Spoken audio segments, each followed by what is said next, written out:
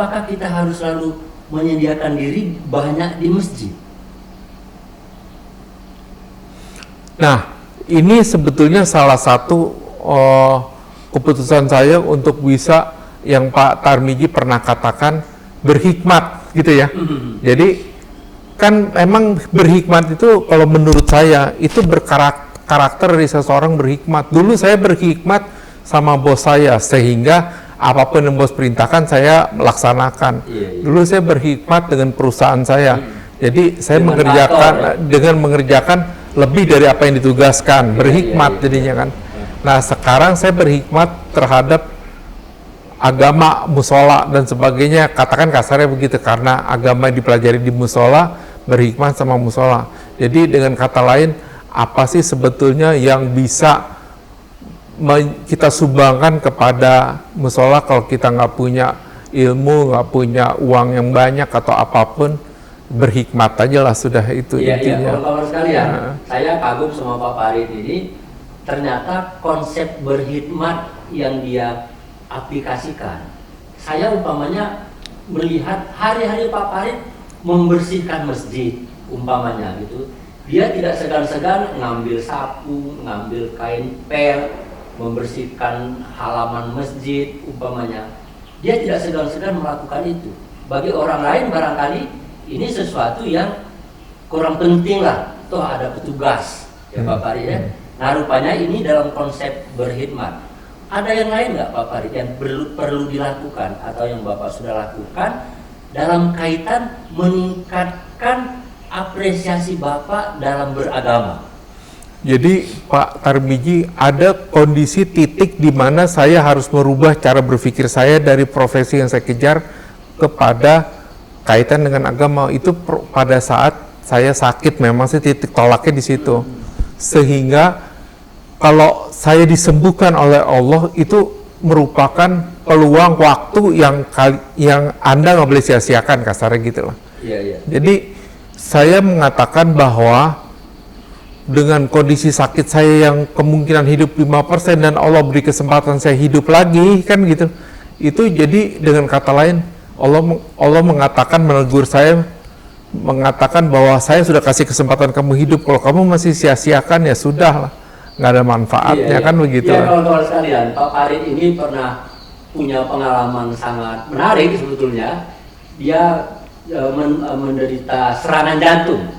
Karena serangan jantung pada waktu di Belanda, di Amsterdam ya, di Leiden. Di Leiden, serangan jantung, dan menurut perkiraan kita dari jarak jauh, wah nggak bisa tertolong.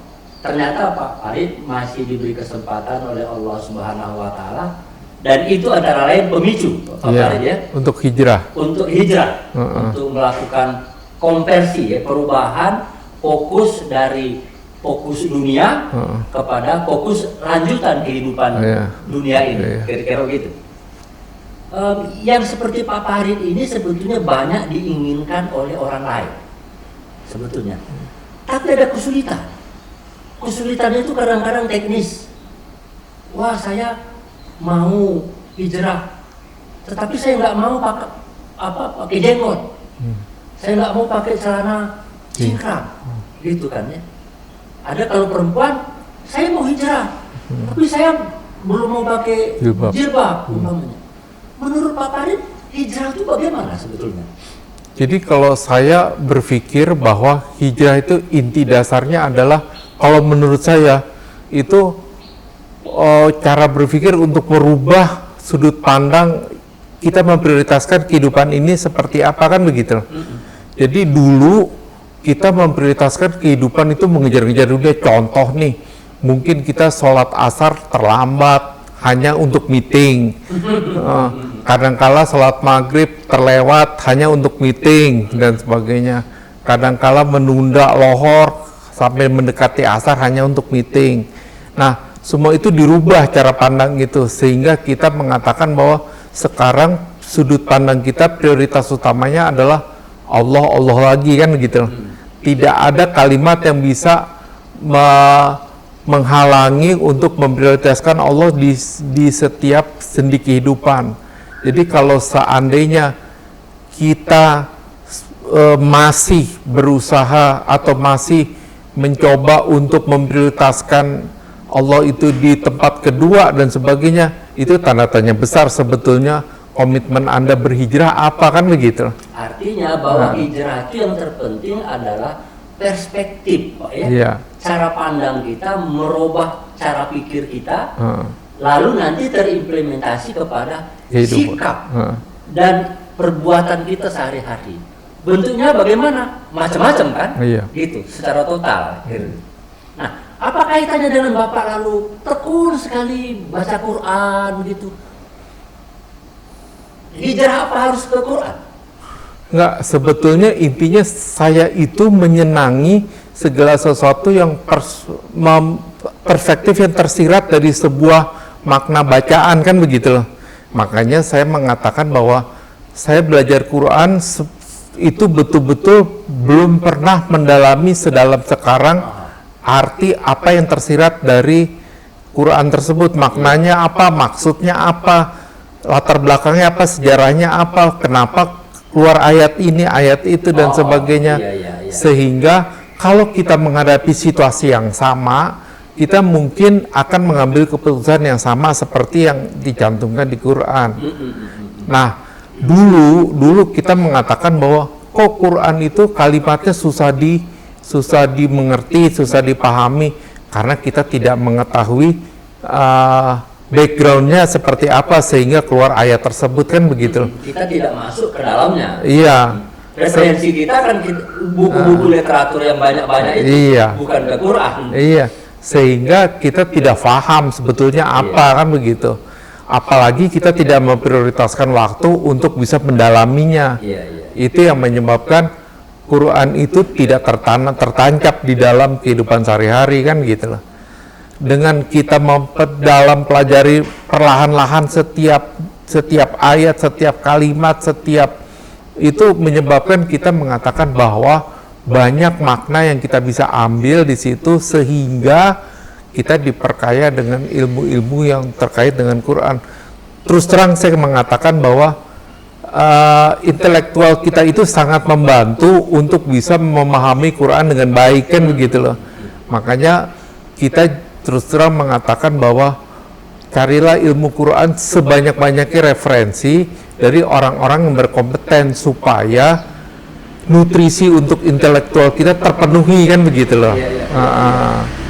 Karena saya merasa bahwa selama ini nutrisi intelektual kita untuk memperdalam Quran, kalau kita tidak berteman dengan orang yang memadai, itu tidak terpenuhi. Nah ini Pak Farid, bagi kawan-kawan yang masih sangat aktif bekerja di bidang profesinya masing-masing, dan bagaimana mengatasinya ketika dia sudah mulai tumbuh kerinduan atau ingin hijrah?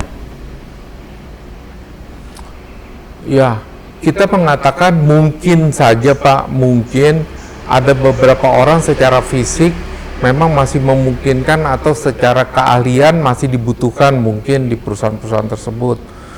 Memang saya mengatakan ada beberapa teman-teman saya juga masih melanjutkan profesinya. Ada sebagian yang sudah menghentikan profesinya. Tapi yang jelas saya juga melihat teman-teman yang mengakhiri profesinya itu belum sempat berhijrah untuk masalah agama, sehingga saya mengambil keputusan sudah akhiri aja profesi. Nah, profesi itu ada orang yang mencita-citakan profesi sampai 60 tahun, 70 tahun, 80 tahun dan sebagainya. Terus terang keputusan untuk mengakhiri profesi atau keputusan untuk bisa berhijrah untuk mempelajari agama itu benar-benar keputusan yang boleh dikatakan sangat menggoda, jadi ekstrim. Jadi contohnya gini, kalau masih ada tawaran kerjaan, kadang-kadang kita tergoda untuk tidak melakukan hijrah. Jadi kehidupan dunia itu sangat menggoda, saya bilang begitu loh. Artinya kalau tidak kita sendiri yang berusaha membuat limitasi, iya. Ya, batas sampai kapan kita menekuni profesi, iya. Maka dunia profesi akan selalu mengundang untuk kita terlibat di dalamnya. Iya. Gitu. Dan beberapa teman saya juga istilah kasarnya menyindir saya bahwa kamu kamu terus terang berhijrah, mungkin nggak ada kesempatan untuk melanjutkan profesi. Untuk orang yang berkesempatan melanjutkan profesi, mungkin hijrah ditunda dulu atau apa. Ya masing-masing orang berbeda-beda lah. Saya tidak mau berkomentar sama orang yang melanjutkan profesi. Tapi bagi saya adalah hidup itu harus disegmented. Jadi artinya mengalami pendidikan, mengalami kejar-kejaran kehidupan dunia, terus mengalami penekunan untuk kehidupan akhirat, menyiapkan bekal untuk kehidupan akhirat, di segmented aja. Ya, kalau sekalian, Pak Arif membuat 3 segmentasi di dalam kehidupan. Pertama, sekolah, pendidikan, menuntut ilmu dan sebagainya, kira-kira. Kemudian yang kedua, mengaplikasikannya ke dalam dunia profesi. Masing-masing ada batas waktunya sendiri-sendiri, gitu kan ya. Nah, terakhir segmen mendekatkan diri, dengan bahasa saya mendekatkan diri, menyiapkan bekal Allah Subhanahu Wa Taala, menyiapkan bekal untuk kehidupan yang akan datang. 3 segmentasi yang dimiliki, yang diterapkan oleh Pak Arif.